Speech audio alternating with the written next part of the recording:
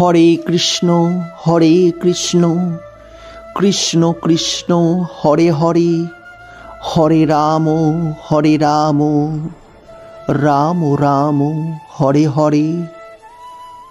নমস্কার বন্ধুরা, আমাদের মধ্যে অনেকেই রয়েছেন শ্রীকৃষ্ণের নাম স্মরণ করেন। আমাদের মধ্যে অনেকেই রয়েছেন যারা কীর্তন গান শুনতেও ভালোবাসেন। আজকের ভিডিওতে আমি জানাতে চলেছি একটি অত্যন্তই গুরুত্বপূর্ণ বিষয়। শ্রীকৃষ্ণের কীর্তন গান শ্রবণ করলে কি ফল লাভ হয়। হ্যাঁ বন্ধুরা, কীর্তন গান তো আমরা বিভিন্ন জায়গায় শ্রবণ করে থাকি, কিন্তু এই প্রশ্ন আমাদের অনেকের মনের মধ্যেই আসতে পারে, কীর্তন গান শ্রবণ করে কি ফল লাভ হয়। আজকের ভিডিওতে আমি জানাবো, আপনি যদি কীর্তন গান শ্রবণ করেন আপনার জীবনে কিরূপ ফল লাভ হতে পারে। তাই আজকের ভিডিওটি অত্যন্তই গুরুত্বপূর্ণ। দয়া করে এই বিশেষ ভিডিওটি আপনারা সম্পূর্ণ দেখুন। আর যারা প্রথমবারের জন্য আমাদের এই চ্যানেলের ভিডিও দেখছেন তাদের কাছে প্রতিবারের মতো অনুরোধ, এই পৌরাণিক কথা ইউটিউব চ্যানেলটিকে সাবস্ক্রাইব করে রাখবেন এবং নিচের কমেন্ট সেকশনে জয় শ্রীকৃষ্ণ রাধে রাধে এই পবিত্র নামটি একবার অন্তত লিখতে ভুলবেন না। প্রিয় বন্ধুরা, হরে কৃষ্ণ মহামন্ত্র নামের মাহাত্ম্য বা প্রকৃত অর্থ আমরা অনেকে জানি, অনেকে জানি না। আমরা তো কীর্তন গান শ্রবণ করতে চাই, কিন্তু এই কীর্তন গান শ্রবণ করলে কিরূপ ফল লাভ হয় তা অতি অবশ্যই আমাদের বিচার্য বিষয়।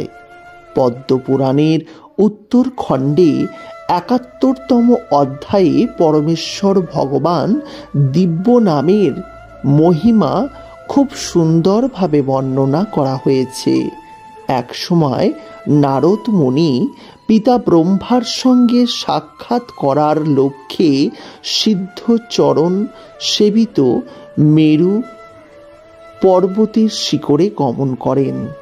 সেখানে গিয়ে নারদ মুনি ব্রহ্মাকে নমস্কার পূর্বক বলেন, হে প্রভু, পরমেশ্বর ভগবানের নামের যেরূপ শক্তি আছে আপনি তা কৃপাপূর্বক বলুন। তার নাম মহিমা কি প্রকার? যিনি সেই অব্যয় পুরুষ, তিনি সাক্ষাৎ বিশ্বেশ্বর নারায়ণ, হরি, পরমাত্মা ও সর্বজীবের অন্তর্যামী ঋষিকেশ। এই অসার কলিযুগের মূঢ় নরগণের মায়ামোহিত হয়ে ভগবান অধ্যক্ষয় জয় করেন। ব্রহ্মা বললেন, হে বৎস, এই কলিযুগে নাম উচ্চারণ পূর্বক ভগবানের যাতে বিশেষভাবে ভক্তি স্থাপন করতে হয় তুমি তা শ্রবণ করো। দেখা যায় যত্নপূর্বক জয়শীল বিষ্ণুর স্মরণ মাত্রই অন্য অনুক্ত পাপ সকল ক্ষয় করে। যে ব্যক্তি মিথ্যা বুঝিয়াও হরিনাম পাঠ ও জপ করে সেও সর্বপাপ হতে মুক্তি লাভ করে। যে সকল নরগণ হরি নাম উচ্চারণ করেন বা শ্রবণ করেন, উচ্চারণ করা মাত্রই তাদের পাপ ক্ষয় হতে থাকে। মানব প্রাতে মধ্যাহ্নে সায়নে নারায়ণের স্মরণ করলে তৎক্ষণাৎ তাদের পাপ মুক্তি ঘটে। বিষ্ণুর স্মরণ মাত্রই সমস্ত ক্লেশ দূরীভূত হয়। বিষ্ণুর নাম কীর্তনে স্বর্গপ্রাপ্তি এবং মুক্তি প্রাপ্তি হয়ে থাকে। জপ, হোম, অর্চনাদির ব্যাপারে বাসুদেবী যার মনোনিবিষ্ট এবং অনুষ্ঠিত জপাদি চতুর্দশ ইন্দ্রের অধিকার কালে পর্যন্ত অবক্ষয় হয়। তাই যারা কীর্তন গান শ্রবণ করেন তাদের জীবনে পাপ ক্ষয় হয়। শুধু তাই নয়, তাদের পূর্বপুরুষেরও পাপের ক্ষয় হয়। যিনি কৃষ্ণ কৃষ্ণ কৃষ্ণ এই নাম জপ ও কীর্তন করেন তিনি অন্তরে ইহলোকে পরিহার পূর্বক কৃষ্ণ সান্নিধ্য বিহার করে থাকেন। হে বিপ্র, যেজন সর্বদা নৃসিংহ নাম জপ করেন, ভাগবত পুরাণে মহাপুরুষ মহাপাপ হতেও তিনি মুক্তি লাভ করেন।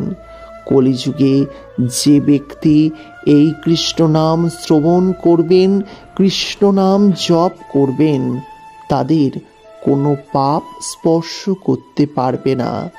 যে পাপিষ্ঠ এই কৃষ্ণদান শ্রবণ বা জপ করবেন তিনিও সকল পাপ থেকে মুক্তি লাভ করবেন। ভগবান শ্রীকৃষ্ণের এই মহাশক্তিশালী কীর্তন গান কৃষ্ণ নাম জীবনের সুখ শান্তি সমৃদ্ধি সবই এনে দেবে। জীবনে বাধা বিপত্তি থেকে মুক্তি ঘটাবে। জীবনে এমন কোনো বাধা, এমন কোনো কষ্ট আসবে না যিনি এই কীর্তন গান শ্রবণ করার মাধ্যমে সকল বাধা বিপত্তি থেকে নিস্তার লাভ করবেন। তাই তুচ্ছ এই মানব জীবনে যদি ভক্তিপূর্বক এই কৃষ্ণ নাম স্মরণ করা হয় বা শ্রবণ করা হয়, পাপের সমস্ত ক্ষয় হয়ে থাকে। যারা কীর্তন আসরে বা কীর্তনের দলে থাকেন তাদের জীবনেও পাপের ক্ষয় হয়ে থাকে। তাই মানব জাতির উদ্দেশ্যে বলা, অবশ্যই আপনারা কীর্তনের আসরে যান, কীর্তনিয়ার গান শুনুন। আর কীর্তন গানের মাহাত্ম্য যদি ছড়িয়ে দিতে চান, অতি অবশ্যই আমাদের এই ভিডিওটি আপনি যে কোনো আপনার হোয়াটসঅ্যাপ বা ফেসবুক গ্রুপে অন্তত একবার শেয়ার করতে ভুলবেন না। আশা করি আপনি ভালো আছেন, সুস্থ আছেন এবং অবশ্যই ভালো থাকবেন।